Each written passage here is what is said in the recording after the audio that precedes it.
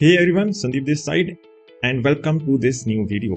I think this video is one of the most awaited video in this Node.js series because in this video हम start कर रहे हैं Express.js को। तो इस वीडियो में हम लोग देखेंगे कि Express क्या है, क्यों Express की नीड पड़ी, Express क्या प्रॉब्लम को सॉल्व कर रही है और Express.js क्यों इंडस्ट्री में इतनी ज़्यादा यूज हो रही है। तो अगर आपको याद होगा तो हमने हमारी जो है प्रीवियस वीडियो है उसके अंदर हमने एक पोस्ट रिक्वेस्ट बनाई थी, तो उसी को हम लोग आज एक्सप्रेस की हेल्प से भी बनाएंगे और देखेंगे कि क्या क्या डिफरेंस है प्योर Node.js के अंदर और Express.js के अंदर। तो गाइस अभी देखते हैं कि एक्सप्रेस क्या है। तो अगर मैं इनकी ऑफिशियल वेबसाइट पर जाऊंगा तो इन्होंने लिखा है fast unopinionated minimalistic web framework for Node.js। तो गाइस इसका मीनिंग है कि Express.js है वो एक फ्रेमवर्क है जो कि Node.js की बैकएंड एप्लीकेशंस को राइट करने के लिए यूज होता है। तो गाइस ये इंडस्ट्री में बहुत ही ज़्यादा यूज होता है एक्सप्रेस फ्रेमवर्क, बिकॉज ये बहुत ही ज़्यादा आसान बना देता है बैकएंड डेवलप करना। तो डेवलपर्स का one of the favourite framework है ये बैकएंड डेवलपमेंट के लिए। तो गाइस पर्सनली मुझे भी ये फ्रेमवर्क काफ़ी ज़्यादा पसंद है। अभी क्यों पसंद है वो आपको अभी पता चल जाएगा। तो गाइस अभी हम लोग देखते हैं हमारा पिछला कोड जो कि हमने प्योर Node.js के अंदर किया था। तो इसके अंदर हमने जो है एक पोस्ट रिक्वेस्ट बनाई थी Node.js की हेल्प से, प्योर Node.js की हेल्प से। तो अगर मैं अभी आपको इसको ना Express.js के अंदर राइट करके दिखाऊंगा तो आपको खुद ब खुद ही पता चल जाएगा कि जो एक्सप्रेस है वो किस प्रॉब्लम को सॉल्व करती है। तो भाई सबसे पहले ये जो हमने सर्वर बनाया था हमने प्योर Node.js के अंदर, तो हम लोग इसको एक्सप्रेस में बनाते हैं और फिर देखते हैं कि क्या क्या डिफरेंसेस हैं और किस प्रॉब्लम को एक्सप्रेस एक्जैक्टली जो है वो सॉल्व कर रहा है। तो सबसे पहले मैं एक न्यू फाइल बनाऊंगा। तो इसके अंदर गाइज हम लोग हमारा जो है न्यू Node.js का प्रोजेक्ट है वो इनिशियलाइज करेंगे। तो उसको हम लोग करेंगे npm init -y एंड हमारा जो है प्रोजेक्ट है वो इनिशियलाइज हो जाएगा। अभी इसको हम लोग विजुअल स्टूडियो कोड में ओपन करेंगे।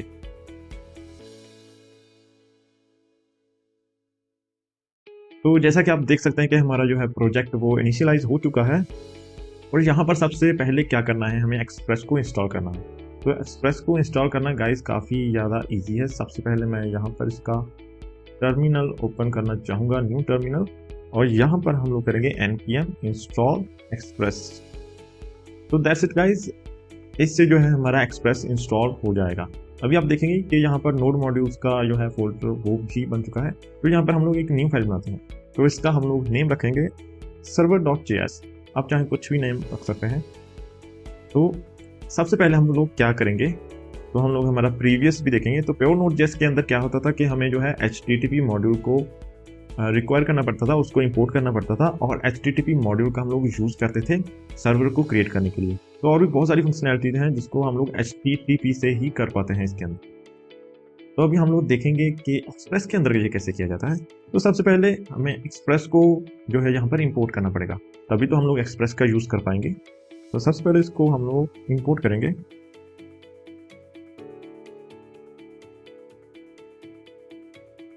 तो हमने एक्सप्रेस को जो है इंपोर्ट कर लिया है। तो अभी हम लोग एक सर्वर को क्रिएट करेंगे। इसके लिए हम लोग करेंगे इसको एक्सप्रेस को यहाँ पर। सबसे पहले यहाँ पर आपको एक वेरिएबल बनाना है और एक्सप्रेस का जो फंक्शन है इसके अंदर आपको स्टोर कर देना है। तो अभी अगर आपको याद होगा, अगर हम प्योर Node.js के अंदर जो है सर्वर क्रिएट करते थे तो उसके अंदर हमें HTTP मॉड्यूल का यूज़ करना पड़ता था और उसके बाद हमें क्रिएट सर्वर करना पड़ता था। लेकिन इसके अंदर बहुत ही ज़्यादा ईजी है। तो अगर मैं यहाँ पर करूँगा app.listen और यहाँ पर मैं पोर्ट नंबर दे दूँगा 3000 एंड यहाँ पर सिंपली एक call back function, simple call back function, और यहाँ पर मैं करूँगा server is running on port 3000। आप देख सकते हैं कि कितना सिंपल है। सिर्फ 3 लाइन्स ऑफ कोड के अंदर मेरा सर्वर क्रिएट हो चुका है और बहुत ही ज़्यादा ईजी है ये। अगर मैं इसको सेव करूँगा और एक मैं यहाँ पर नोडमॉन को भी इंस्टॉल कर लेता हूँ। आपको अभी तो पता चल गया होगा कि नोडमॉन किस चीज़ के लिए हम लोग यूज़ करते हैं। तो नोडमॉन के पैकेज को इंस्टॉल करेंगे और यहाँ पर package.json में जाएंगे और यहाँ पर अपनी स्क्रिप्ट लिखेंगे def और यहाँ पर nodemon server.js एंड हम लोग इसको स्टार्ट करके देखते हैं कि क्या हमारा जो है सर्वर वो रन कर रहा है करेक्टली और नॉट।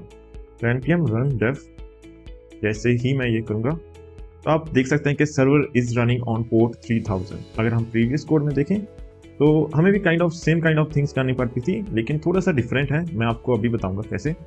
तो जैसे कि हमें रिक्वायर करना पड़ता था HTTP मॉड्यूल को, और HTTP मॉड्यूल के जरिए हम बैक एंड डेवलपमेंट की सारी चीज़ें करते थे, और वहाँ पर हमें एक्सप्रेस को इंपोर्ट करना पड़ता था, और यहाँ पर हमें क्रिएट सर्वर करना पड़ रहा है और सर्वर को लिसन करना पड़ रहा है, एज सिंपल। लेकिन अगर आप यहाँ पर ध्यान से देखेंगे तो ये जो कोड है ये पोस्ट रिक्वेस्ट का कोड है। तो आप देख सकते हैं कि कितना बड़ा कोड है, और हमें यहाँ पर जगह जगह पर रिक्वेस्ट डॉट ऑन वगैरह लगाना पड़ता है।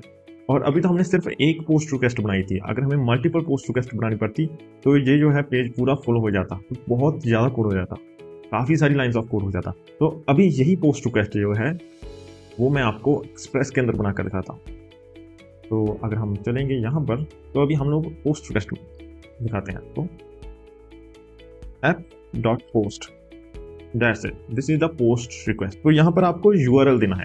तो जैसे कि हम लोग हमारे इसमें देते थे ना कि हमारा URL कौन सा है, तो हमें इफ एल्स कंडीशंस बार बार लगानी पड़ती थी चेक करने के लिए कि हमारा मेथड जो है वो पोस्ट है, और जो हमारा URL है क्या वो दिस है। तो वो चीज़ यहाँ पर नहीं है। आप यहाँ पर देख सकते हैं app.post, this is the post request, simple. और जो हमारा URL है वो कौन सा है, जिसके हम यहाँ पर देखेंगे /send सिमिलर, और यहाँ पर एक कॉल बैक फंक्शन कि हम लोग क्या जो है वो परफॉर्म करना चाहते हैं। तो यहाँ पर रिक्वेस्ट, दो पैरामीटर्स होते हैं, एक होता है रिक्वेस्ट, एक होता है रिस्पॉन्स। तो गाइस अगर हम पिछले हमारे कोड में देखेंगे तो हम लोग क्या कर रहे थे कि हम लोग रिक्वेस्ट में से डेटा को फैच कर रहे थे, और हमें कितना ज़्यादा कोड लिखना पड़ रहा था, राइट। हमें रिक्वेस्ट डॉट ऑन का यूज़ करना पड़ रहा था, पता क्या क्या चूज़ करना पड़ रहा था। लेकिन इसके अंदर बहुत ही ज़्यादा सिंपल है। इसके अंदर आपको एक और चीज़ करनी है, जैसे कि हमारा जो है बॉडी पार्सर होता है, वैसे ही एक्सप्रेस के अंदर express.json वो भी एक मिडलवेयर होता है, उसके बारे में हम लोग बात करेंगे। लेकिन आप सिंपली इतना समझ सकते हैं कि अगर हमें रिक्वेस्ट में से जेसन को जो है फैच करना है तो हम लोग एक सिंपल मिडलवेयर का यूज़ कर सकते हैं। प्योर नोड जेएस के अंदर भी कर सकते हैं, इसके अंदर भी कर सकते हैं। तो हम लोग क्या करेंगे, यहाँ पर app यूज़ करेंगे। तो मिडलवेयर्स क्या होते हैं गाइस, वो मैं आपको आने वाली वीडियोस में बताऊंगा। अभी आप सिंपल सिर्फ इतना देखें कि हम लोग रिक्वेस्ट में से जेसन को फैच कर रहे हैं, फिर हम लोग जेसन में भी डेटा को सेंड करेंगे, तो उस चीज़ के लिए ये जो है यूज़ होता है। तो अभी हम लोग देखते हैं कि हम लोग डेटा कैसे फैच करें। तो अभी हम जो है रिक्वेस्ट की बॉडी में डेटा भेजेंगे। डेटा कैसे भेजेंगे, मैं यहाँ पर पोस्टमैन को रन करता हूँ। अभी मैं आपको दिखाता हूँ कि कौन सा हम लोग डेटा भेजेंगे और कैसे डेटा जो है हम लोग फैच करेंगे with the help of express. So we have to wait for a while. तो हम यहाँ पर पिछली बार क्या कर रहे थे, इसके अंदर हम लोग बॉडी के अंदर डेटा को भेज रहे थे लाइक दिस, राइट। तो हमें कोड कितना लिखना पड़ा था इसके लिए, आप देख सकते हैं कि कितना कोड लिखना पड़ रहा था, और ये काफ़ी ज़्यादा कॉम्प्लेक्स भी हो जाता है। अभी तो हमने सिर्फ एक पोस्ट रिक्वेस्ट लिखी थी, लेकिन प्रोडक्शन ग्रेड में हमारी पता ही नहीं कितनी ज़्यादा रिक्वेस्ट होती हैं, कितनी APIs हमारी जो है बनती हैं वहाँ पर। तो ये तो बहुत ही ज़्यादा मैसी हो जाएगा और बहुत ही ज़्यादा कॉम्प्लेक्स हो जाएगा, बहुत ही ज़्यादा डिफ़िकल्ट हो जाएगा टू अंडरस्टैंड कि यहाँ पर क्या हो रहा है। तो डेवलपर्स के लिए काफ़ी ज़्यादा मैसी हो जाता है कोड, और डिफ़िकल्ट टू अंडरस्टैंड हो जाता है, क्योंकि एक ही प्रोजेक्ट पर प्रोडक्शन ग्रेड में काफ़ी डेवलपर जो है काम करते हैं। तो एक डेवलपर को दूसरे डेवलपर का जो है काम वो है समझना पड़ता है क्या कोड लिखा हुआ है। तो ये सारी चीज़ें प्योर नोड.js के अंदर काफ़ी ज़्यादा डिफ़िकल्ट हो जाती हैं। तो अगर मैं एक्सप्रेस में बात करूँ तो अभी हम डेटा फैच करते हैं। हम लोग क्या करते हैं कॉन्स्ट, और यहाँ पर मुझे क्या फैच करना है, यहाँ पर मुझे फैच करना है, लेट्स से इसको हम लोग नेम दे देते हैं, नेम, और इसको हम लोग दे देते हैं लेट्स से एज, एंड इसको 22, and now I want to fetch this name. तो इसको कैसे करेंगे अभी देखते हैं। तो दिस इज द सर्वर, तो मैं जो है फैच करना चाहता हूँ नेम को, और कहाँ से करना चाहता हूँ, रिक्वेस्ट जो आ रही है उसकी बॉडी में से, तो request dot body, and that's it, you fetch the data. आपने डेटा को फैच कर लिया है। तो अभी अगर मैं रिस्पॉन्स में भेजूँ .json और मैसेज हेलो और आपका नेम, तो इसको मैं अगर भेजूँ तो यहाँ पर मैं इसको सेव करूँगा, और यहाँ पर लेट्स से इसको हम लोग टेस्ट करते हैं, सेंड करते हैं, और हेलो संदीप आ चुका है। अगर मैं यहाँ पर कुछ और नेम टाइप करूँ, फॉर एग्जाम्पल सैंडी, एंड इसको सेंड करूँ, so let's see, you can see that हमने सक्सेसफुली जो है वो है मैसेज प्रिंट कर दिया है, और हमने डेटा भी फैच कर लिया है। लेट्स से हम लोग एज भी करना चाहते हैं, तो उसको भी कर लेते हैं, उसमें क्या दिक्कत है। और यहाँ पर नेम कॉमा एज, और यहाँ पर हम लोग रिस्पॉन्स में हम लोग जेसन को भेजते हैं, ऐसा करते हैं। हम लोग ऐसा करते हैं कि इसको जेसन में थोड़ा सा अच्छे से फॉर्मेट कर कर भेजते हैं, लेकिन इससे पहले हम लोग यहाँ पर स्टेटस भी दे देते हैं। स्टेटस कोड के ऊपर एक अलग से वीडियो आएगी, तो इसकी टेंशन मत लेना। अभी बस आप ये देख सकते हैं कि अगर 200 स्टेटस कोड है तो इट मीन्स जो हमारा सर्वर है वो परफेक्टली वर्क कर रहा है एज एक्सपेक्टेड। तो यहाँ पर मैं मैसेज दूंगा सक्सेस, इट्स ट्रू कि जो हमारी रिक्वेस्ट है वो सक्सेसफुली जो है रिस्पॉन्स भी भेज दिया है और हमारा जो है सर्वर वो अच्छे से वर्क कर रहा है जैसे इसको करना चाहिए था। और यहाँ पर मैं डेटा भेजूंगा कि हमारे पास कौन सा डेटा जो है रिसीव हुआ। तो यहाँ पर my name is name and I am dash years old. तो जो भी यहाँ पर हमें रिक्वेस्ट में से आएगा डेटा, तो वही यहाँ पर मैं जो है प्रिंट करवा रहा हूँ। तो इसको मैं सेव करूँगा और यहाँ पर देखते हैं, इसको सेंड करते हैं एंड आप देख सकते हैं success true and data my name is send.